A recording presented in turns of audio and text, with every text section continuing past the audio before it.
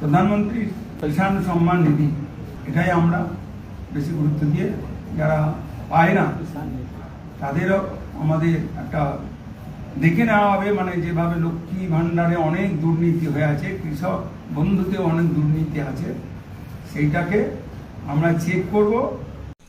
নমস্কার বন্ধুরা, এই মুহূর্তে রয়েছে রাজ্যের সমস্ত কৃষকদের জন্য বিরাট বড় সুখবর। আপনি যদি একজন কৃষক হয়ে থাকেন তাহলে এই মুহূর্তে রয়েছে আপনার জন্য গুরুত্বপূর্ণ আপডেট। অনেক দিন ধরেই অপেক্ষা করেছিল কৃষকরা যে কৃষকদের আর্থিক সহায়তার বিষয়ে কোনো আপডেট আসবে কবে। অবশেষে কিন্তু আপডেট চলে আসলো। কৃষিমন্ত্রী দুধকুমার মণ্ডল কৃষকদের আর্থিক সহায়তার বিষয়ে কি বললেন, নতুন কোন প্রকল্প আনা হবে, আর্থিক সহায়তা কবে থেকে দেওয়া শুরু হবে, আবার ফর্ম ফিল আপ করতে হবে, কাদের কাদের ফর্ম ফিল আপ করতে হবে, সেই বিষয়ে কিন্তু সঠিক আপডেট জানানো হয়েছে। তাই ভিডিওটি সম্পূর্ণ দেখুন, সম্পূর্ণ দেখলে জানতে পারবেন অনেক কিছু আপডেট। তাহলে এবার দেখে নেওয়া যাক কী বলা হয়েছে আজকের এই রিপোর্টে। কৃষকদের নিয়ে কৃষিমন্ত্রীর নতুন ঘোষণা, নতুন প্রকল্প চালু, আবারও নতুন করে আবেদন করতে হবে। অবশেষে পাওয়া গেল কৃষকদের জন্য আর্থিক সহায়তার খবর। রাজ্যে এখন নতুন বিজেপি সরকার গঠিত হয়েছে এবং ইতিমধ্যেই মন্ত্রীদের দপ্তর বন্টন হয়েছে। আর এখন কৃষিমন্ত্রী হয়েছেন দুধকুমার মণ্ডল। মুখ্যমন্ত্রী শুভেন্দু অধিকারী 11ই মে এক বৈঠকে জানিয়েছিলেন, আগের সরকারের কোনো সামাজিক প্রকল্প বন্ধ হবে না, তবে কিছু প্রকল্পের নাম পরিবর্তন করা হতে পারে। লক্ষ্মীর ভাণ্ডারের পরিবর্তে অন্নপূর্ণা যোজনা, যুবশ্রী এবং যুবসাথীর পরিবর্তে যুবশক্তি প্রকল্প চালু হয়েছে। বিধবা ভাতা ও প্রতিবন্ধী ভাতা এবং বার্ধক্য ভাতার আর্থিক সহায়তা 1,000 টাকার পরিবর্তে 2,000 টাকা করা হয়েছে এবং এই প্রকল্পের উপভোক্তাদের ইতিমধ্যে এপ্রিল মাসের 1,000 টাকা দেওয়া হয়েছে এবং অন্নপূর্ণা যোজনার আওতায় উপভোক্তাদের 3,000 টাকা দেওয়া শুরু হয়েছে। কৃষকদের মধ্যে আলোচনা চলছিল কবে কৃষকদের আর্থিক সহায়তা বিষয়ে সরকার ঘোষণা করবে।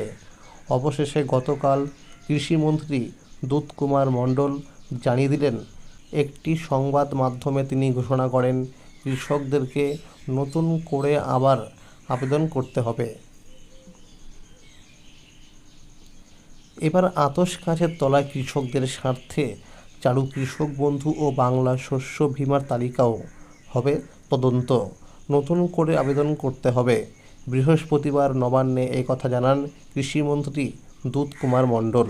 তার বক্তব্য, লক্ষ্মীর ভাণ্ডার প্রকল্পের উপভোক্তাদের অন্নপূর্ণা যোজনার জন্য যেমন পৃথক ফর্ম ফিল আপ করতে হচ্ছে, তেমনি কৃষকদেরকেও আলাদাভাবে আবেদন করতে হবে কেন্দ্রীয় প্রকল্পের জন্য। কারণ কৃষক বন্ধুর যে তালিকা রয়েছে তাতে লক্ষ্মীর ভাণ্ডারের মতোই প্রচুর ভুয়ো নাম রয়েছে বলে তার অভিযোগ। ফলে তার ঝাড়াই বাছাইয়ের প্রয়োজন। পাশাপাশি কৃষক স্বার্থে এই দুটি প্রকল্পকে চালু কেন্দ্রীয় প্রকল্পে অন্তর্ভুক্ত করা হবে বলে জানিয়েছেন মন্ত্রী। একই সঙ্গে তিনি জানান, কৃষক বন্ধু প্রকল্পকে পুরোপুরি কেন্দ্রের প্রধানমন্ত্রী কৃষক সম্মান নিধি যোজনা এবং বাংলা শস্য বীমা যোজনা বন্ধ করে সেটিকেও কেন্দ্রের প্রধানমন্ত্রী ফসল বীমা যোজনার রূপান্তরিত করা হবে। কাদের নতুন করে আবেদন করতে হবে সেই বিষয়টি স্পষ্ট করে দিয়েছেন রাজ্য কৃষিমন্ত্রী। তিনি জানিয়েছেন, যারা ইতিমধ্যেই প্রধানমন্ত্রী কৃষক সম্মান নিধির টাকা পাচ্ছেন তাদের নতুন করে আবেদন করতে হবে না, কিন্তু যারা শুধু কৃষক বন্ধু তালিকার ছিলেন তাদের নাম এই কেন্দ্রীয় প্রকল্পে তুলতে গেলে পুনরায় আবেদন করতে হবে। পাশাপাশি এবার কৃষক বন্ধু প্রকল্পেরও তদন্ত হবে বলে এদিন জানান কৃষিমন্ত্রী। তিনি বলেন, কৃষক বন্ধুর যে উপভোক্তা তালিকা রয়েছে তাতে প্রচুর ভুয়ো নাম থাকার সম্ভাবনা রয়েছে, তাই পুরো তালিকা তদন্ত করে ঝাড়াই বাছাই করা হবে। একই সঙ্গে সারের কালোবাজারি রুখতে এবং চাষিদের কাছে সঠিক সময়ে বীজ পৌঁছে দিতেও করার নজরদারি চালানো হবে বলে জানান তিনি।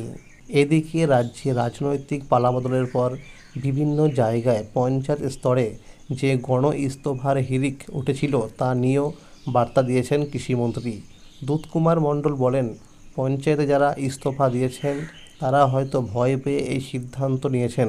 আমরা স্পষ্ট বলছি, যদি তাদের কোনো অন্যায় বা দুর্নীতির ট্র্যাক রেকর্ড না থাকে তবে ভয় পাওয়ার কিছু নেই। আগামী 2.5 বছর তাদের নিয়েই আমরা কাজ করিয়ে নেব। পাশাপাশি তৃণমূল সরকারে চালু থাকা ভূমিহীন কৃষকদের আর্থিক সহায়তার বিষয় ঘোষণা করেন। মোট কথা, আগের সরকারের যে সমস্ত কৃষি বিষয়ক প্রকল্প ছিল তাদের ভেরিফিকেশন করা হবে।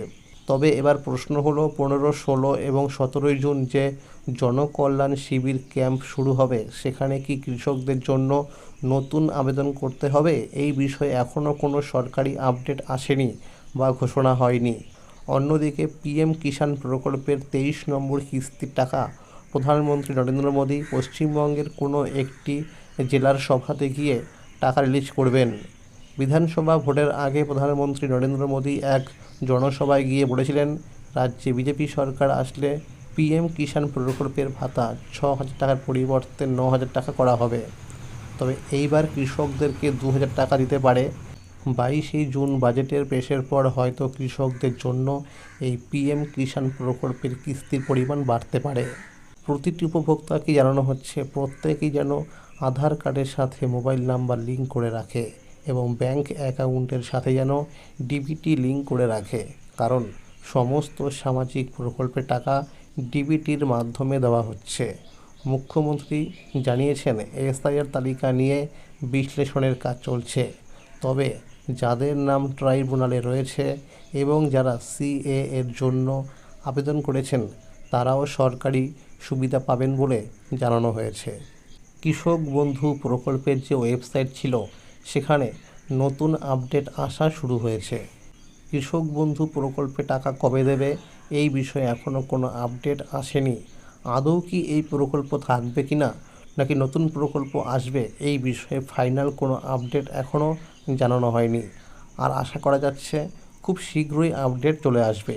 এছাড়াও সূত্র মারফত খবর পাওয়া যাচ্ছে, কৃষক বন্ধু প্রকল্পের প্রথম কিস্তির টাকা দেওয়া হতো এপ্রিল থেকে সেপ্টেম্বরের মধ্যে, তাই এখনও অনেক সময় রয়েছে। এর মধ্যেই সমস্ত ডকুমেন্টস ভেরিফিকেশান, নতুন আবেদন, সমস্ত প্রক্রিয়া সম্পন্ন হয়ে যাবে। তারপরে সঠিক যোগ্য কৃষকদের টাকা দেওয়া হবে। তবে এখনও পর্যন্ত এই বিষয়ে কোনো আপডেট পাওয়া যায়নি।